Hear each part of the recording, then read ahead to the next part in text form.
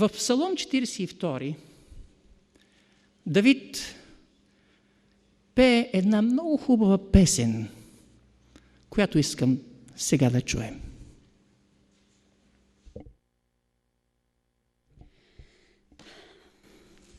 Доста вълнуващо слово. Както еленът пръхти за водните потоци,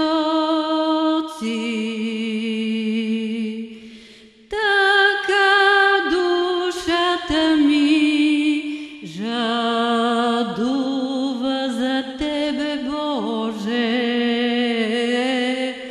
Жадна е душата ми за Бога, за живия Бог. Изливам душата си дълбоко в мен при спомена.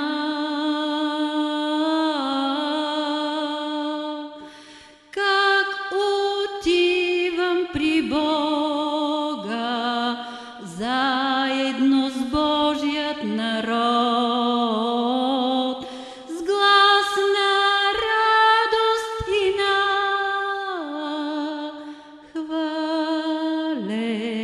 хваление.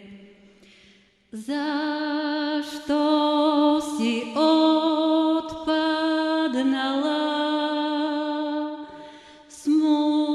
смутена в мен, душе моя?